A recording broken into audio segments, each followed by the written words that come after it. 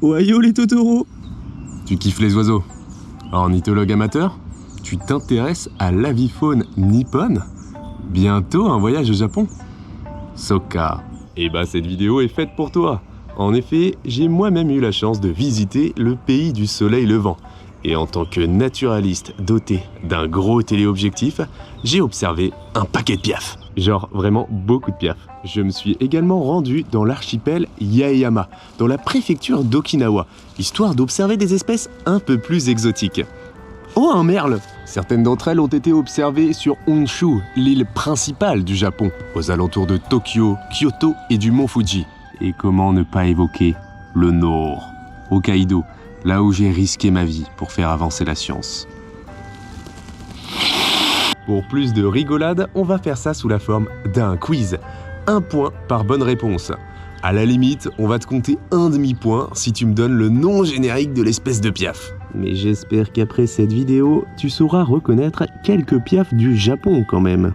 Ayant le cœur sur la main, cela pourra m'arriver dans ma bonté d'âme de te transmettre des connaissances sur la biologie et l'écologie de ces oiseaux orientaux. Si ça t'intéresse, j'ai réalisé 3 films sur mon expédition au Japon. Et d'ailleurs, tous les rushs de piaf qui sont dans ce quiz sont tirés de ces 3 films. Ça te permettra d'en apprendre plus sur la faune et la culture de cet incroyable archipel. Le Japon compte 34 parcs nationaux et des milliers d'îles. Les 4 plus grandes sont Honshu, Shikoku, Kyushu et Hokkaido, sans oublier l'archipel d'Okinawa au sud. Cette expédition au Japon est divisée en 3 épisodes. Alors c'est parti, on vous emmène avec nous pour un mois de road trip au pays des yokai.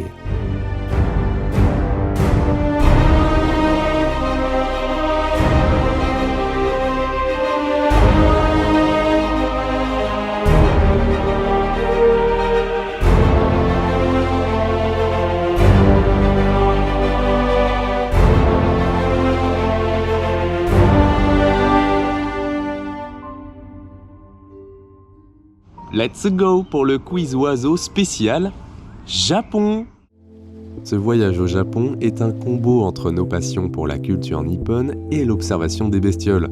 Alors en tant qu'ornithologue, j'avais fait l'acquisition avant de partir d'un super guide naturaliste, Birds of Japan and Northeast Asia de Tadao Shimba. Et le moins qu'on puisse dire, c'est qu'il m'aura été très vite utile.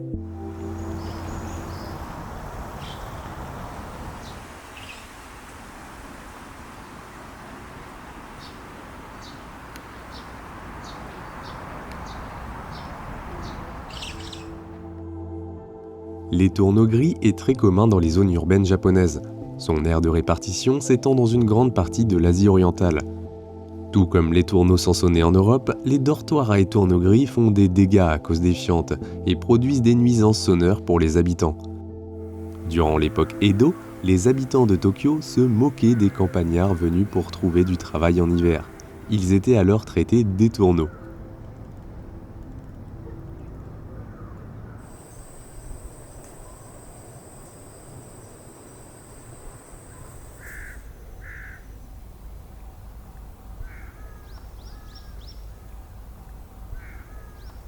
Un autre oiseau très facile à observer dans les parcs, c'est la tourterelle orientale. Elle ressemble beaucoup à notre tourterelle des bois avec son plumage écaillé, mais elle est légèrement plus grande, de la taille d'une tourterelle turque.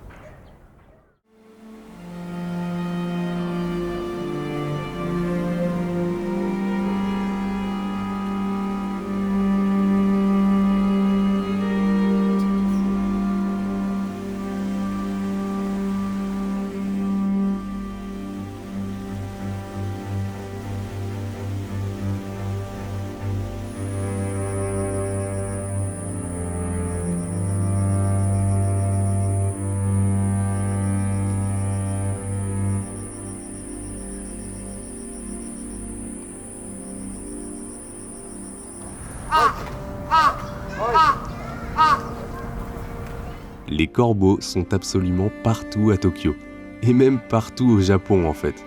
Ils sont tellement imposants qu'au début je croyais avoir affaire à des grands corbeaux, mais après consultation de mon guide, il s'agit en fait du corbeau à gros bec, Corvus macrorhynchos, dont l'envergure peut atteindre 1,30 m quand même. Son aire de répartition s'étale dans toute l'Asie du Sud-Est. Comme son nom l'indique, il est doté d'un très gros bec dont la partie supérieure est arquée. Comme la plupart des corvidés, c'est un opportuniste extrêmement polyvalent dans son alimentation, qui joue un rôle important dans l'élimination des cadavres. À Tokyo, ils sont si nombreux au point qu'ils sont considérés comme un fléau. Ce sont les spécialistes de l'éventrage des poubelles, un peu comme certains goélands par chez nous. Très tôt le matin, on peut entendre leur croissement résonner entre les immeubles.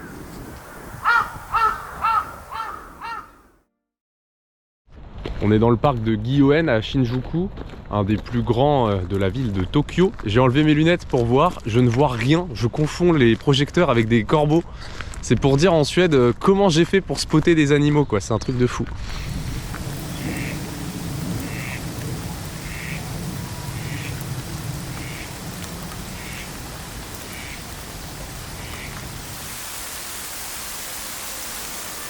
Ça ressemble pas mal à une femelle colvert, mais la grande tache jaune au bout du bec indique sans doute possible qu'on est face au canard de Chine. Il était autrefois confondu avec le canard à bec tacheté, qui vit plus à l'ouest. Ce dernier est plus clair et possède surtout des taches rouges sur les côtés de la base du bec.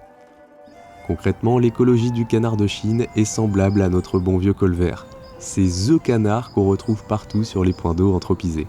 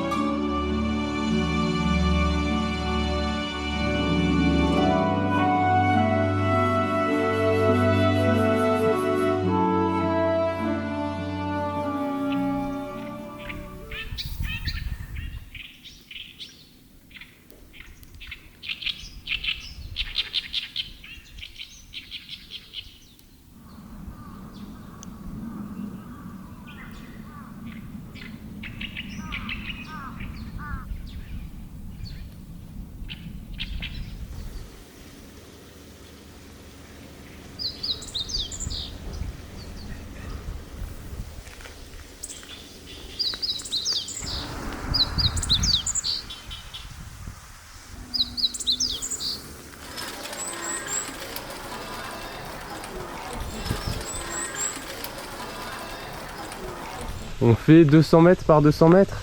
200 mètres par 200 mètres.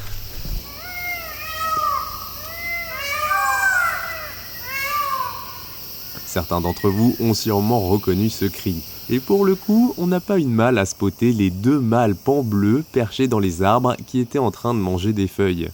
Le pan bleu est originaire des forêts d'Asie, en Inde, au Pakistan, au Sri Lanka, mais de petites populations introduites existent un peu partout à travers le monde, comme c'est le cas ici. À Ishigaki, c'est bien une population autosuffisante et vivant véritablement à l'état sauvage qui s'est établie. Le pan bleu appartient à la famille des Phasianidés.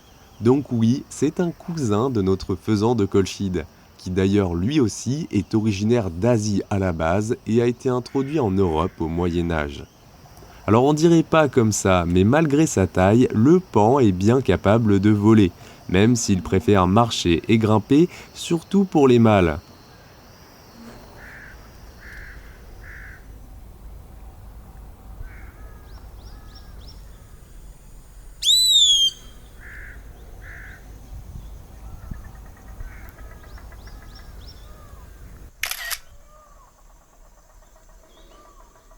Ça grouille de bulbules sur l'île. Ces oiseaux sont réputés pour avoir un cri plutôt énervant.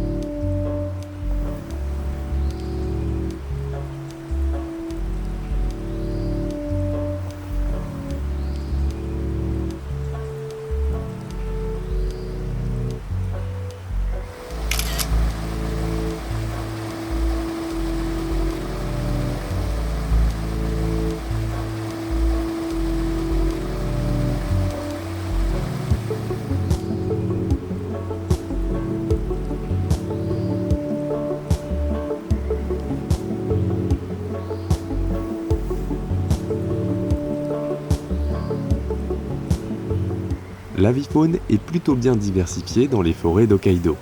C'est un pic. Ce pic Kizuki était en train de creuser sa loge dans un arbre. C'est une toute petite espèce de pic qui fréquente les forêts de Russie, de Chine, de Corée et du Japon.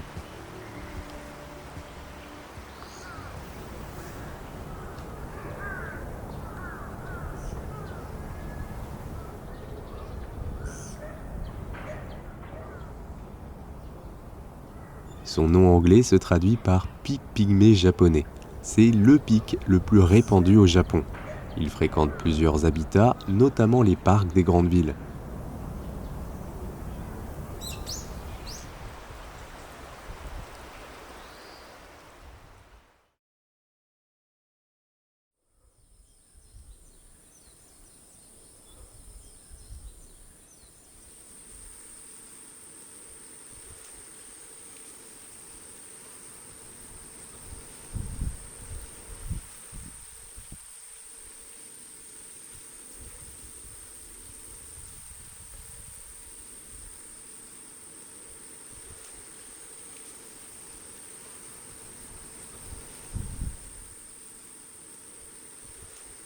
Le héron intermédiaire, Ardea intermedia, est un mélange entre la grande aigrette et l'aigrette garzette.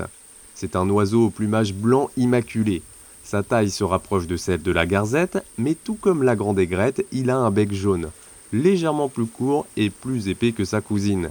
Et il ne possède pas de longues plumes sur la nuque, contrairement à la garzette.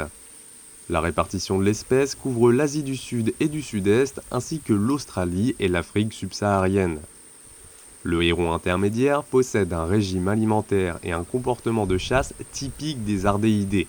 On a eu la chance d'observer cet individu en pleine activité pendant de longues minutes. Puis, à un moment, juste derrière lui, on a aperçu un autre oiseau, beaucoup plus petit, que je ne connaissais pas du tout. Je connais pas du tout.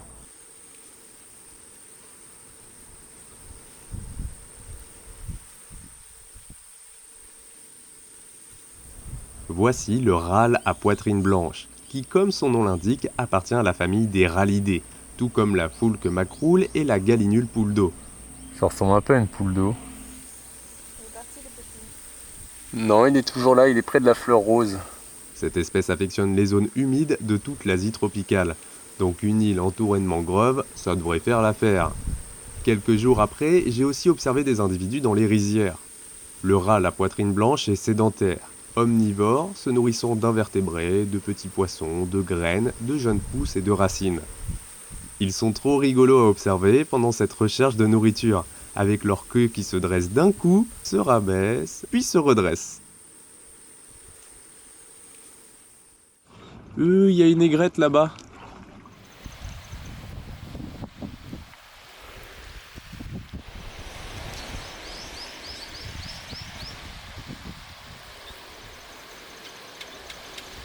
Encore une nouvelle espèce d'ardéidée, l'aigrette sacrée. Sensiblement de même taille, elle ressemble fortement à l'aigrette garzette. Alors là, non, je vous l'accorde, mais en fait il faut savoir qu'il existe deux formes du plumage. Une blanche, qui ressemble donc à la garzette, et une gris ardoise, comme ici. On retrouve l'aigrette sacrée dans le sud de l'Asie et de l'Océanie, où elle affectionne particulièrement les mangroves et les îles.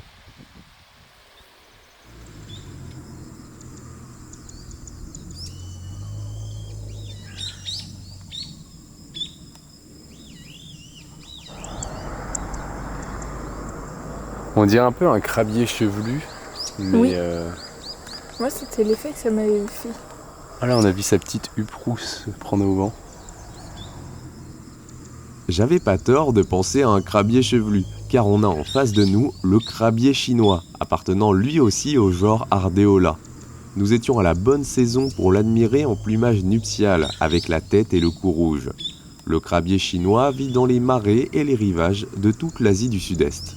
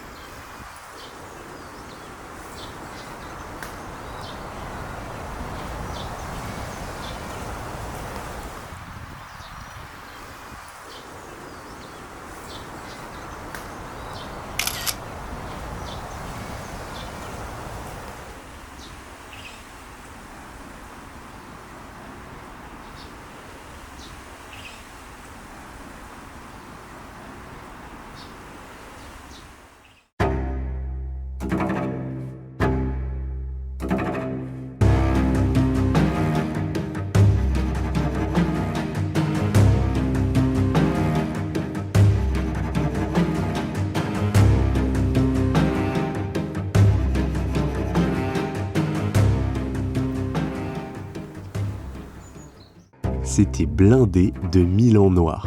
Je vous avoue, on en voyait presque tout le temps dans le ciel en train de planer, reconnaissables à leur queue triangulaire caractéristique. Parfois, ils étaient posés à quelques dizaines de mètres dans les arbres ou sur une construction, comme par exemple cet individu qui se faisait un petit repas tranquille à côté de l'une des entrées du parc. Putain, j'ai le méga bus devant. Vous allez me dire, des milans noirs, on en est aussi du côté de chez nous. En même temps, la répartition du rapace à l'échelle mondiale est vaste, très vaste, impressionnante même. Au Japon, ils sont très communs, et apparemment l'urbanisation aurait favorisé la sélection des milans les plus opportunistes et les plus audacieux, qui fouillent désormais les poubelles et osent cibler le pique-nique des habitants en guise de proie. En même temps, quand vous avez un piaf dont l'envergure peut atteindre 1,80 m en train de vous foncer dessus, faut pas faire le malin. Oh! Pour vous dire à quel point ils sont peu farouches, à un moment, il y en a un qui s'est posé à 3 mètres derrière moi. Le temps de sortir l'appareil, il avait décollé. Mais c'est vrai que de près, il était sacrément balèze.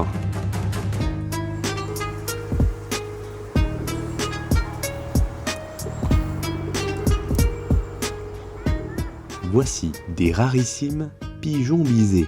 Mais attention, des pigeons bisés japonais. N'étant pas loin, nous sommes allés visiter le quartier Asakusa, célèbre pour le plus vieux temple bouddhiste de la capitale japonaise, le Sensoji, dédié à la déesse de la compassion Kannon. C'est dans ce lieu que nous avons fait une nouvelle coche dans le Pokédex.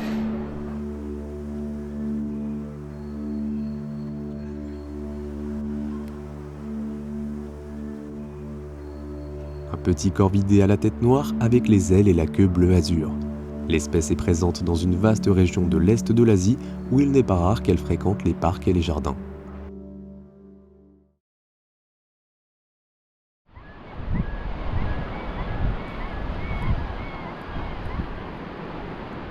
Celui-là, avec sa forme de T-Rex, c'est le Godzilla Rock. Mais le rocher le plus intéressant, c'est lui, Olonko. En Ainu, la pierre qui se pose là. Du haut de ses 60 mètres, on le voit de partout dans la ville. C'est un havre de paix pour de nombreuses espèces d'oiseaux qui y nichent. Oh!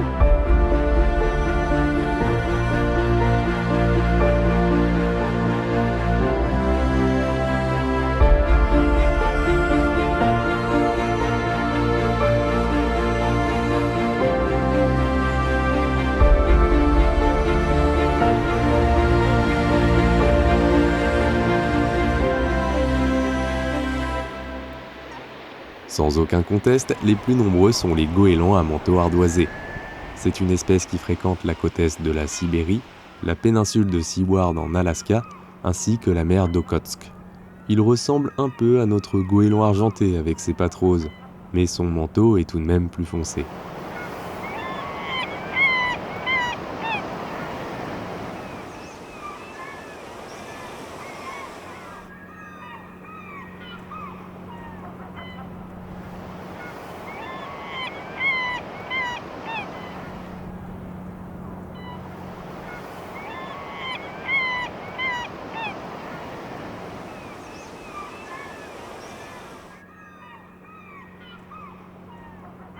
Parmi les couples de goélands sur la falaise, on retrouve aussi d'autres oiseaux, moins nombreux, avec leurs gorges et leurs joues blanches.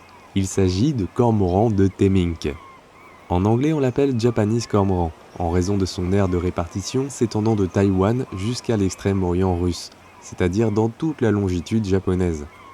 Le cormoran de Temminck est l'espèce qui était principalement utilisée au Japon pour le ukai, la pêche au cormoran. C'est une technique de pêche traditionnelle qui remonte à plus de 1300 ans, dans laquelle les pêcheurs dressent les cormorans à faire tout le boulot. Dans le sud-ouest de la Chine, certains pêcheurs la pratiquent toujours, mais elle a cessé d'être rentable au Japon et n'est plus qu'une attraction touristique. Soit les cormorans étaient totalement libres de leurs mouvements et revenaient d'eux-mêmes voir le pêcheur, sachant tout de même qu'ils avaient une ligature à la base de leur gorge, les empêchant d'avaler les plus gros poissons. Soit les cormorans étaient attachés par une ficelle, sur laquelle le pêcheur tirait pour faire revenir l'oiseau.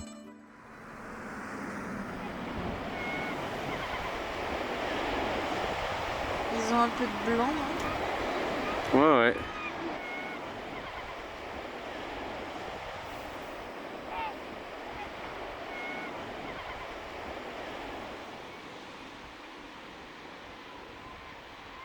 Après identification avec mon guide ornitho, il s'agit de l'arlequin plongeur. Bien évidemment, ce sont les mâles en plumage nuptial qui portent ce costume exubérant. La femelle est brune uniforme avec la poitrine blanchâtre, 2 taches blanches devant les yeux et une bien plus nette sur le côté de la tête. Pas de surprise à observer ces petits canards dans le remous des vagues, car ils affectionnent particulièrement plonger dans le ressac à la recherche de mollusques et crustacés. Il y en a un qui a plongé en voyant la vague. Ils se font bolos par les vagues. Un peu, ouais. Il existe 2 grandes populations, une dans le Pacifique Nord, à laquelle ces individus appartiennent, et l'autre dans l'Atlantique Nord-Ouest, mais qui semble davantage menacée.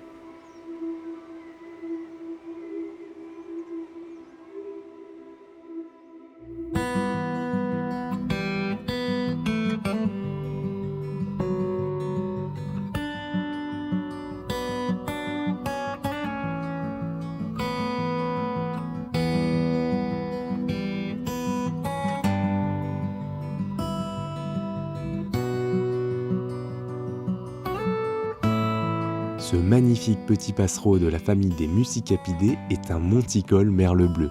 Ouais, malgré son nom, il n'est pas apparenté au merle, qui est un turdidé. L'oiseau possède une vaste aire de répartition allant du sud de l'Europe à l'Afrique du Nord, en passant par le Proche et le Moyen-Orient jusqu'à l'est de l'Asie. C'est un omnivore qui affectionne les milieux escarpés, et notamment les falaises en bord de mer. Le rocher Onoko est donc un habitat idéal, où il peut nicher dans les anfractuosités.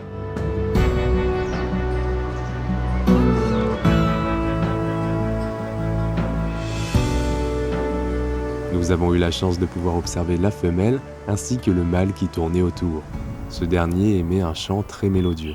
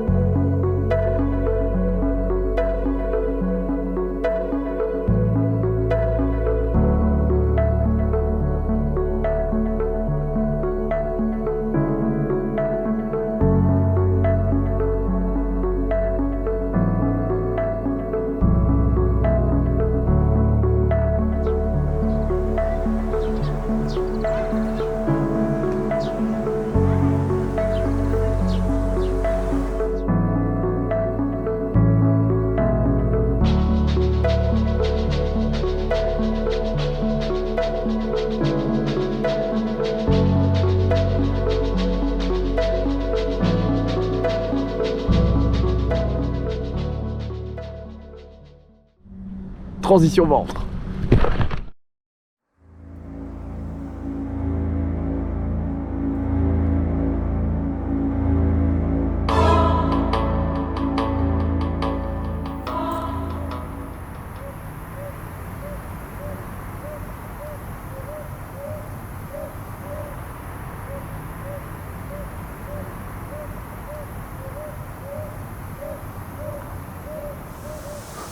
Ouais, je l'ai.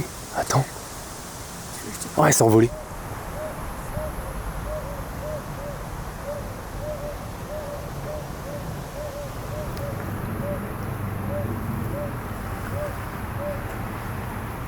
Longtemps considérée comme une sous-espèce de la Ninox hirsute, Ninox scutulata, La Ninox boréale a été élevée au rang d'espèce en 2002.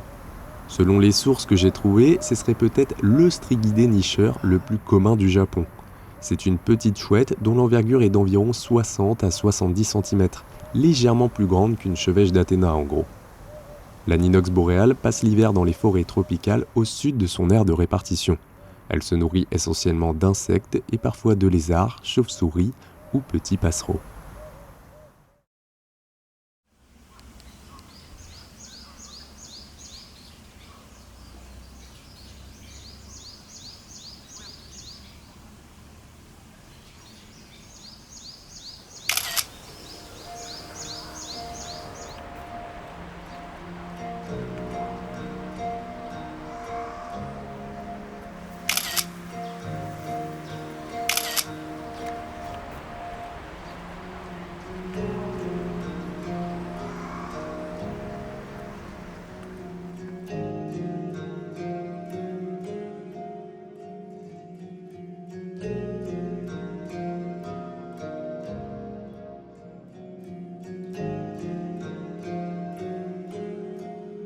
Sinon, on a vu des mouettes, beaucoup de mouettes. D'ailleurs, ce sont des mouettes rieuses, la même espèce très commune qu'on a chez nous. Mais Marie a fait un joli dessin.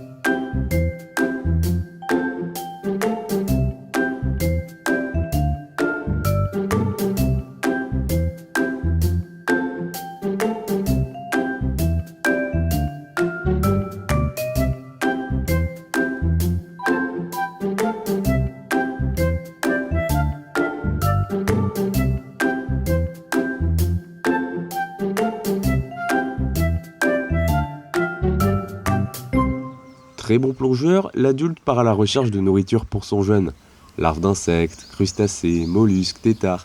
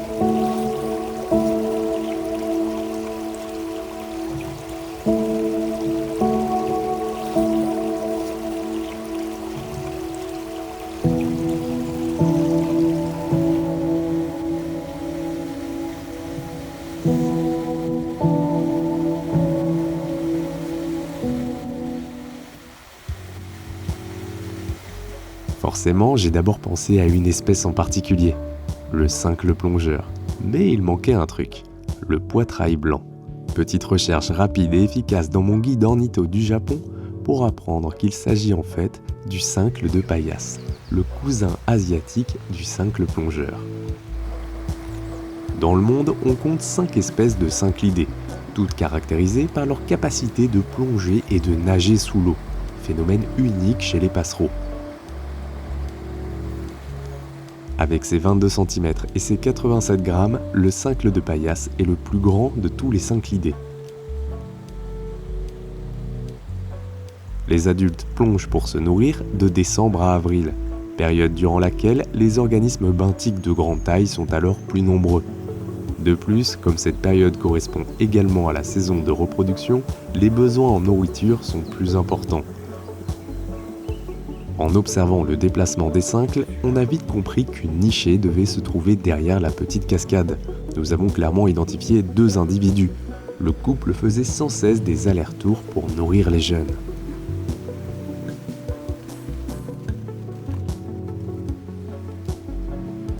Juste avant notre départ de la région quelques jours plus tard, nous sommes repassés sur le même site afin de nouveau observer les cincles.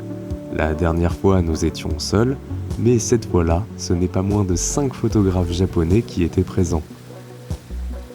Comme quoi, complètement par hasard, avec Marie, on était tombé sur le spot du coin pour observer les cincles.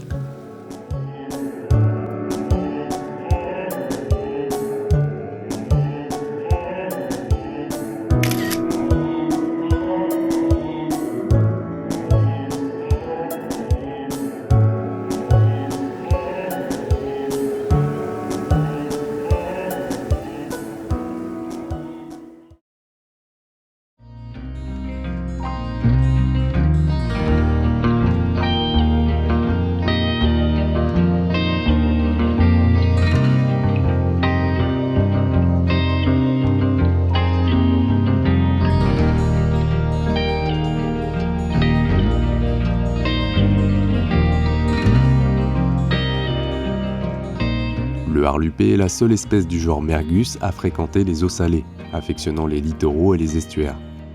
Un magnifique canard plongeur au long bec rouge effilé.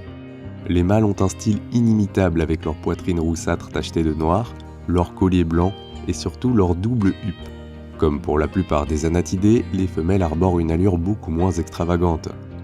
Ce groupe d'individus était en train de remonter la rivière tout en plongeant à la recherche de poissons et d'invertébrés.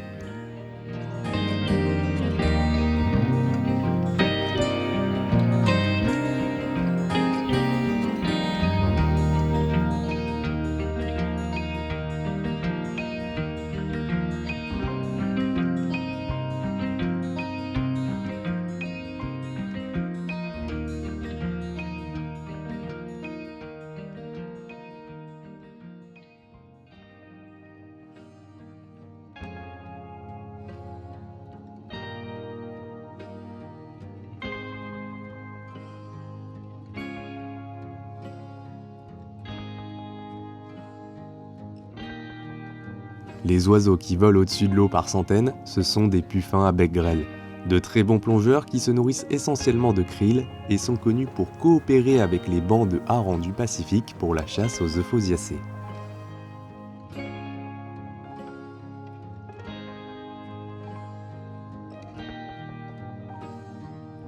Le macareux rhinocéros, appartenant lui aussi à la famille des alcidés, c'est un cousin de notre macareux moine. Il doit son nom à l'excroissance blanchâtre verticale qu'il arbore à la base supérieure du bec, ce qu'on appelle le rang phothèque. Cette corne possède la propriété d'être fluorescente, remplissant ainsi un rôle dans la signalisation et la reproduction.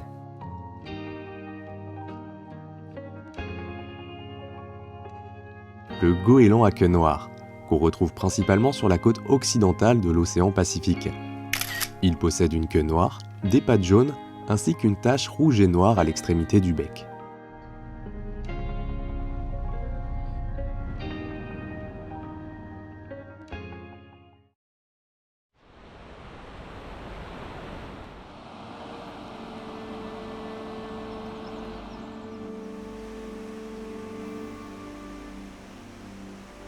Le rossignol à flanc roux appartient à la famille des Muscicapidés, tout comme le rouge-gorge.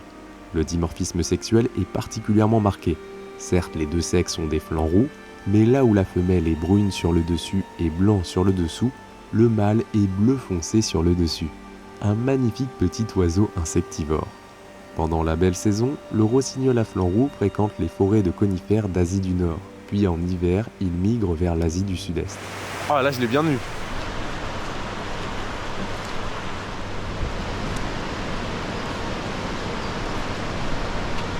Oh, la taille du truc. Je vais aller me réchauffer les mains.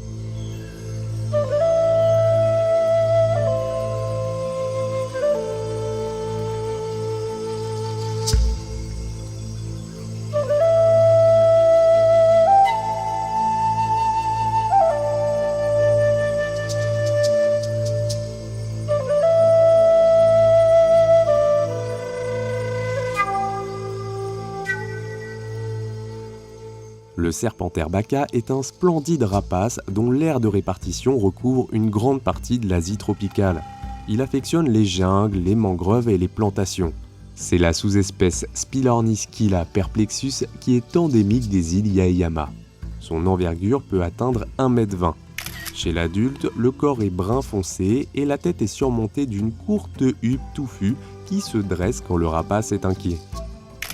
Il doit son nom de serpentaire car les ophidiens figurent parmi ses proies préférées, même s'il se nourrit aussi de lézards, grenouilles, crabes, petits oiseaux et mammifères. On était trop content d'avoir pu admirer ce serpentaire pendant quelques minutes. En vrai, les installations électriques nous ont plutôt bien réussi pendant le séjour, car cela nous a aussi permis d'observer un gros pigeon vert. Avec le soleil, au début, on croyait que c'était une énième tourterelle orientale. Que nenni! Il s'agit d'un colombard de Formos, ou Formose, je sais pas comment ça se prononce. Un colombidé qui vit dans les forêts de Taïwan et des îles Ryukyu. Il s'est laissé facilement approcher, trop occupé à faire le funambule. L'espèce est classée quasi menacée par l'UICN, à cause de la perte de son habitat et de la pression de chasse.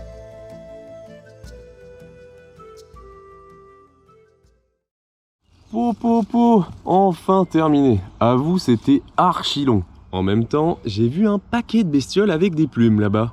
Alors, t'as mis combien de points? T'as géré ou pas du tout? Tu veux pas me dire? C'est pas grave, hein, si t'as trouvé que le héron cendré, et je vais pas me foutre de ta gueule, hein. Bon, allez, entre nous, balance ton score en commentaire. Même si t'as que 5 points, ce sera toujours ça de prix. Allez, c'est pas grave, tu feras mieux la prochaine fois. Esprit shonen! Je ferais bien un quiz sur les piafs de Tanzanie.